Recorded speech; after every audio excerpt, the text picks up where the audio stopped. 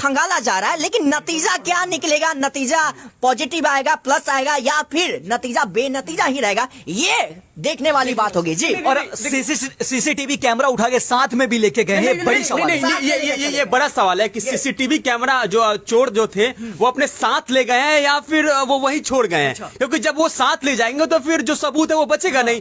अब जो दुकान के जो बाहर सीसीटीवी कैमरा लगा रहेगा उसके अनुसार पुलिस जांच करेगी मामले की, ये सबसे बड़ा सवाल है। तो इसके लिए जो रिपोर्टर है उनसे जुड़ के बात किया जाए तो ये काफी बेहद अच्छा होगा। हम कोशिश करेंगे कि हमारे जो ग्राउंड से जो रिपोर्टर जुड़ेंगे हम उनसे भी बात करें। लेकिन आपको बता दूं कि पुलिस को सोना दुकानदार ने सोना की लूट की जो बात बता रही है उसे लगता है कि एक बड़ी लूट की घटना अंजाम अपराधियों ने दिया। अब देखिए ना, अनवरपुर चौक की घटना है ये, वैशाली जिला की बात करें, हाजीपुर के अनवरपुर चौक की घटना है। एक दिन दहाड़े आदित्य ज्वेलर्स की जो दुकान है उससे लुटेरा आते हैं दिन दहाड़े बाइक सवार से, देखिए बाइक पर आते हैं चढ़ के, और वो सोना करोड़ों की लेकर वो फरार होते हैं, रफू चक्कर हो जाते हैं, 8 लाख नगद ले जाते हैं एक बंदूक की नोक पर जी।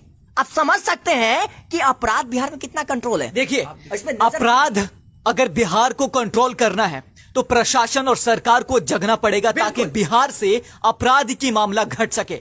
अगर सरकार चाहती है कि पूरे तरीके से बिहार खुशहाल रहे, जंगल राज ना रहे, हमारा नीतीश बाबू से गुजारिश करूंगा कि हमारा जो व्यापारी है और जो आम लोग हैं उनको सुरक्षा कहीं ना कहीं प्रदान करनी चाहिए। नीतीश कुमार की हमेशा सुशासन बाबू की सरकार कही जाती है, ये कहीं न कहीं सरकार पे भी एक बड़ा सवाल है। सिस्टम पे सवाल तो उठेगा, सवाल उठेगा। जनता पूछता है, अनवरपुर की जनता पूछता है ये घटना कैसे हुआ, पूछेगा भी, लाजमी है, जनता पूछेगा इतना का लूट हुआ है। आए दिन हत्याएं हो रही है, रेप हो रहा है, लूट हो रहा है, तो कहीं न कहीं चोरी डकैती, ये देखिए ये कहीं न कहीं देखा जाए तो जो प्रशासन है वो अपने तरीके से हाई अलर्ट पे नहीं है। देखिए अपना काम बखूबी कर रहे हैं, लेकिन कहीं न कहीं उनकी लापरवाही दिख रही है। लापरवाही बिल्कुल दिख रही है, बिल्कुल लापरवाही तो है, लेकिन इस घटना को अब कैसे रिएक्शन करेंगे? आप देखिए ना, आप देखिए ना, अब बिहार में अगर आप देखेंगे तो एनएच पे अब जाकर सीसीटीवी कैमरा लगाया जा रहा है। अब ये एक अच्छी पहल है, इसको मैं मानता हूं कि अच्छी पहल है, ताकि जो क्राइम होंगे रोड पे उसको कहीं ना कहीं काबू किया जा सकता है और अपराधियों को पकड़ने में आसानी होगी। ये बताइए, अभी वैशाली से यहाँ पे लाइव कवरेज चल रहा है, वैशाली के यहाँ पे तमाम जैसे गांधीनगर गोलंबर है, आप जाकर देख लीजिए, प्रशासनिक है लोग मौजूद वहाँ पे, देखिए प्रशासनिक व्यवस्था है वहाँ पे, कानून है वहाँ पे मौजूद है।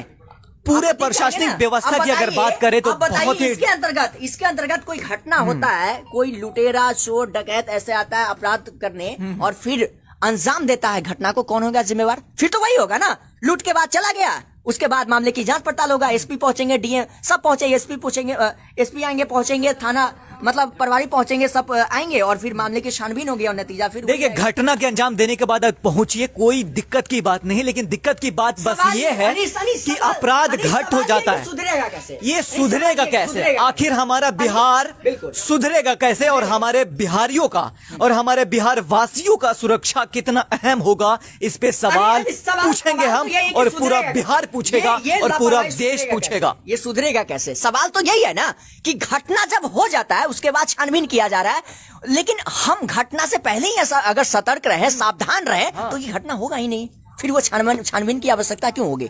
आखिर बदमाश बेखौफ क्यों हो गए बिहार में? रीजन क्या है? अगर आप सही से कार्रवाई करते हैं, थोड़ी बढ़िया से व्यवस्था तंदुरुस्त करते हैं, तो हो सकता है कि व्यापारी जो हमारे राज्य के हैं वो थोड़ा सुरक्षित महसूस करें, और जब सुरक्षित महसूस करेंगे तो यहाँ का सुशासन, यहाँ का प्रशासन वो भी खुशहाल, जनता भी खुशहाल।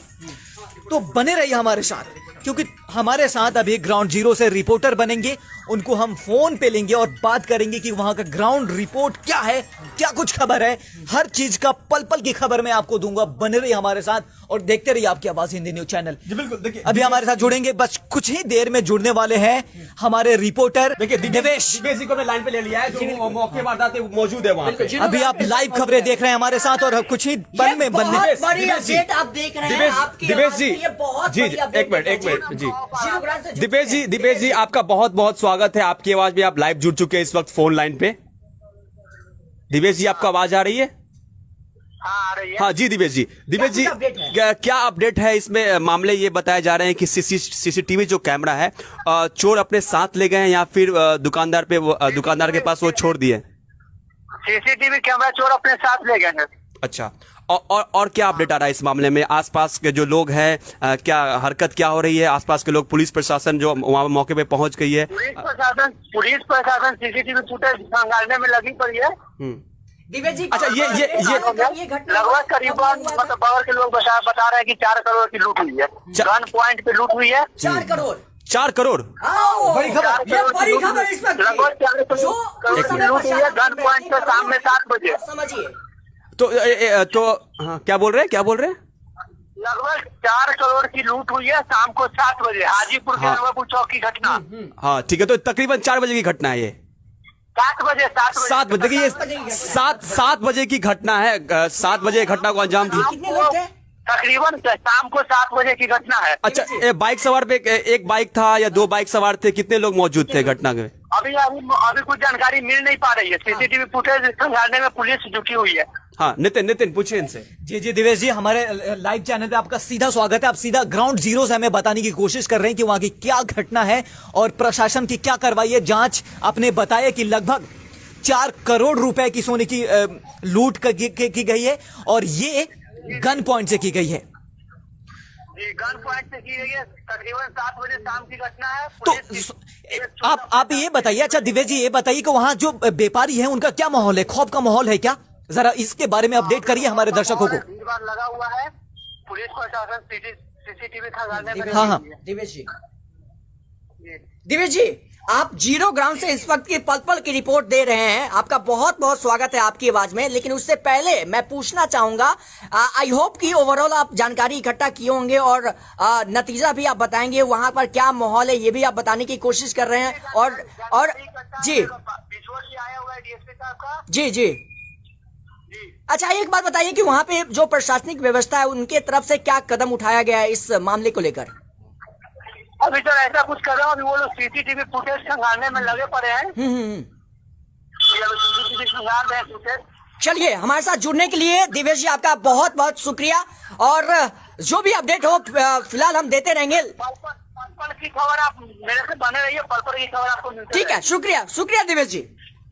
तो आप इस वक्त की सबसे बड़ी खबर देख रहे थे आपकी आवाज पे। अनवरपुर थाना अंतर्गत ये बहुत बड़ी घटना सामने आ रही है। 4 करोड़ तकरीबन अभी कुछ समय पहले आप अपडेट सुन रहे थे कि 1 करोड़ का अपडेट मिल रहा था। लेकिन हमारे जो संवाददाता दिवेश जी है वहां पे ग्राउंड पे पहुंचे और मौके वारदात का अंजाम देने से पहले आप समझ सकते हैं कि जो लुटेरे था वो 8 लाख नगद और 1 करोड़ से ज्यादा कैश लेकर लूट कर चले गए। और जब हमारा रिपोर्टर ग्राउंड स्थल पे पहुंचा, जीरो ग्राउंड पे पहुंचे, तो वहां का खबर निचोड़ सामने आया कि प्रशासनिक लोग वहां पे अभी देखिए जांच पड़ताल करने में लगे हैं। लेकिन दिवेश जी ने आपको वो पल पल की अपडेट दिए। वहां पे तकरीबन 4 लाख से ज्यादा कैश भी लेकर वो फरार हो गए। आप समझ सकते हैं 4.5 करोड़ 4 करोड़ 8 लाख नगद, माफ कीजिएगा, 4 करोड़ और 8 लाख नगद।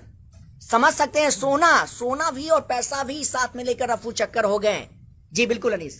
तो मैं बता दूं आपको कि देखिए बिहार में जो हथियार का मामला है, हथियार लोग बड़ी आसानी से व्यवस्था कर लेते हैं। तो कहीं ना कहीं प्रशासन यहां भी चूक रही है।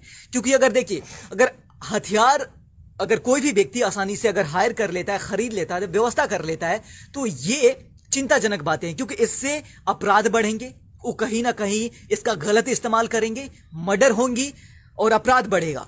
तो इस पे भी प्रशासन को सोचने की जरूरत है कि ज्यादा हथियार ये कहां हो रहा है, कहां से सप्लाई हो रहा है, कहां बनाए जा रहे हैं गलत तरीके से। इसमें भी प्रशासन को और हमारे सुशासन बाबू नीतीश कुमार को इस पे गौर करना पड़ेगा, ताकि ये जो हथियार का मामला है इसको रोका जा सके, ताकि अपराध घटे। एक बार फिर से हम अपने दर्शकों को रूबरू करा दे इस घटना से। खबर है वैशाली का, हाजीपुर का, नगर थाना अंतर्गत का। वहां पर एक आदित्य ज्वेलर्स है, वहां पर लूट को अंजाम दिया है अपराधी तकरीबन 7 बजे। कितना?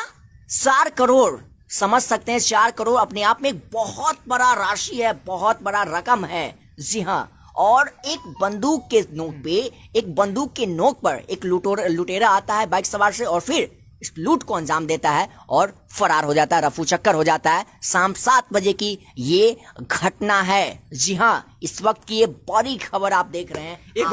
एक बार फिर से मैं आपको बता देना चाहता हूं कि हाजीपुर अनवरपुर चौक की स्थिति है, जहां पे आदित्य ज्वेलर्स में लाखों नहीं करोड़ों रुपए की सोना को एक हथियार के बल के द्वारा लूट लिया जाता है।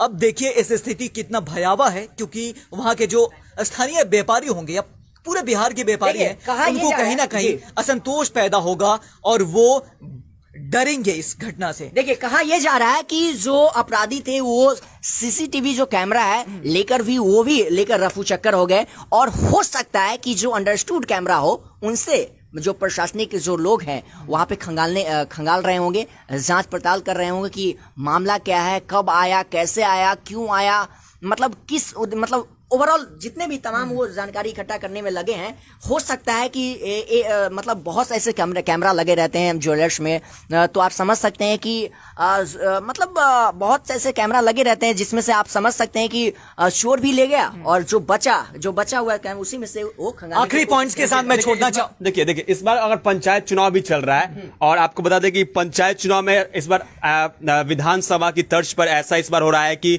पंचायत चुनाव पहली बार ईवीएम के द्वारा इस पर वोटिंग हो रहा है। तो ये बड़ी खबर आपको, ये तो हमारे दर्शकों को ये बात पता है। लेकिन एक बड़ी बात आपको ये बता दें कि जो पुलिस जो बाहर के जो फोर्स है, सेंट्रल फोर्स की अगर बात करें तो इस बार उन्हें इलेक्शन में उन्हें नहीं लाया गया है, और इस बार जो स्थानीय जो थाना है वही स्थिति को क्राइम कंट्रोल कर रहे हैं, संभाल रहे हैं। तो कहीं ना कहीं देखा जाए तो पंचायत चुनाव भी चल रहा है और पुलिस प्रशासन उसमें भी काफी व्यस्त है, बिजी चल रहे हैं। तो कहीं ना कहीं ये कहा जा सकता है कि वो अपना काम कर रहे होंगे। हो सकता है कि उनके और भी काम हो, चुनाव ड्यूटी में लगे हो जो पुलिस कर्मी है, लेकिन कहीं ना कहीं ये घटना को अंजाम दिया जा रहा है। और जब एनसीआरबी का जो डेटा आ रहा है और इसके अनुसार जब वैशाली जिला लूट के मामले में सबसे अव्वल है, टॉप पे है, लेकिन उसके बाद भी अगर प्रशासन नहीं जागता है तो अपने आप में ये सबसे बड़ा सवाल है। इतना होने के बावजूद भी अगर आपके कान में, सुशासन बाबू, आपके कान में अगर रुई डालकर आप सोए हैं, बैठे हैं, तो समझ लीजिए ये वक्त सोने का नहीं है, जगने का है। और कान खोलकर सुन लीजिए, ये वक्त जो है ना, ये सोने का नहीं है। आप अपराध हो जाने के बाद आपकी जो नींद खुलती है, आपके जो आला अधिकारी पहुंचते हैं घटनास्थल पर, छानबीन करते हैं, सीसीटीवी कैमरा फुटेज खंगालते हैं और नतीजा लोगों के सामने पेश करते हैं। ये पेश करने की वजह आप अपराध से पहले अगर अच्छा दुरुस्त कर लें तो ये घटना देखने को नहीं मिलेगा। घटना होने से पहले अगर आप मुस्तैद रहें, आप देख लीजिए ना वैशाली में, इस वक्त वैशाली से आप लाइव कवरेज देख रहे हैं लगातार। अगर हम वैशाली की गांधीनगर में बात करें तो गोलंबर पे जाइए और देखिए, वहां पे एक भी प्रशासनिक लोग मौजूद नहीं है, प्रशासनिक अधिकारी मौजूद नहीं है। ऐसे में वहां पे घटना होती है तो कौन होगा जिम्मेवार? हमारे साथ बात करने के लिए अनीश और हमारे सहयोगी आदर्श का बहुत बहुत शुक्रिया। लेकिन आखिरी सवालों के साथ आपको छोड़े जाऊंगा। सवाल यह है कि बिहार के जो छात्र होते हैं उनको शिक्षा लेने के लिए बिहार से बाहर क्यों जाना पड़ता है? बिहार के जो मरीज हैं, खुद नीतीश कुमार जी अपने आंख की इलाज कराने दिल्ली जाते हैं। तो बड़ी सवाल है कि हम बिहारियों को शिक्षा के लिए बाहर जाना पड़ता है, अच्छे इलाज की व्यवस्था के लिए बाहर जाना पड़ता है, अच्छे एजुकेशन के लिए बाहर जाना पड़ता है, रोजगार के लिए बाहर जाना पड़ता है। बिहार में विकास जीरो है। स्वस्थ व्यवस्था पूरे भारत में बिहार नीचे पैदान में नंबर 1 आता है। तो ऐसे स्थिति में हम बिहार में जीवन यापन कैसे करेंगे? सुरक्षा के लिहाज आप तो देख ही रहे हैं कि लगातार बिहार में कितनी आपराधिक मामलाएं लगातार सामने आ रही है। तो बने रहिए हमारे साथ और देखते रहिए आपकी आवाज हिंदी न्यूज चैनल। मैं नितिन और हमारे सहयोग अनीश और आदर्श, इन दोनों को बहुत बहुत शुक्रिया ये खबर अपडेट करने के लिए, और बने रहे हमारे साथ। तब तक के लिए शुक्रिया, नमस्कार।